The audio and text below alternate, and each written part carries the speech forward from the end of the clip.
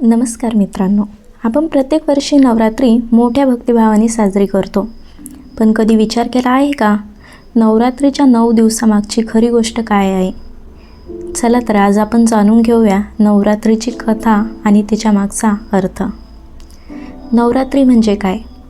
नवरात्री म्हणजे 9 रात्री. या 9 दिवसात देवी दुर्गेची 9 वेगवेगळ्या रूप पूजली जाते.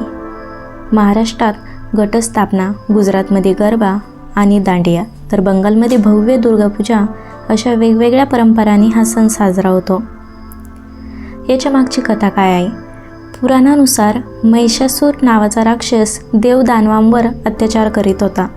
त्याला कोणत्याही पुरुषाने मारता येणार नव्हता. मग देवांनी आपली शक्ती एकत्र केली आणि त्यातून निर्माण झाली आदिशक्ती देवी दुर्गा. देवीने 9 दिवस महिषासुराशी युद्ध केले.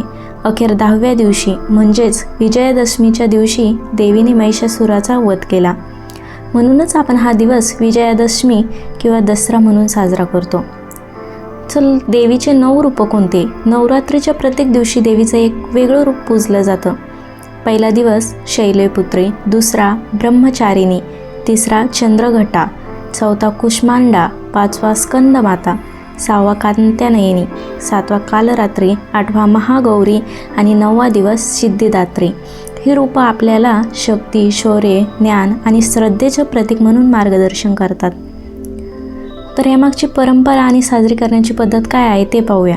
महाराष्ट्रात ह्या काळात घटस्थापना करून देवीचे पूजन केलं जातं. गुजरातमध्ये रात्रभर गरबा आणि दांडिया खेळले जातात, तर बंगालमध्ये भव्य दुर्गापूजा केली जाते. या 9 दिवसात अनेक भक्त उपवास करतात, आरत्या म्हणतात, देवीच्या मिरवणुका काढतात आणि देवीची कृपा मागतात. मित्रांनो, नवरात्री हा फक्त धार्मिक सण नाही, तर तो स्त्री शक्तीचा उत्सव आहे. हा सण आपल्याला शिकवतो की अन्याय आणि अहंकार कितीही मोठा असो, सत्य आणि भक्तीसमोर त्याचा पराभव होतो. चला तर मग ह्या नवरात्रीला आपण देवीची भक्ती तर करूच, पण आपल्या आयुष्यावरही विजय मिळवूया. जर तुम्हाला हा व्हिडिओ आवडला असेल तर लाईक करा, शेअर करा आणि आपल्या चॅनेलला सबस्क्राईब करायला विसरू नका. जय माता दी.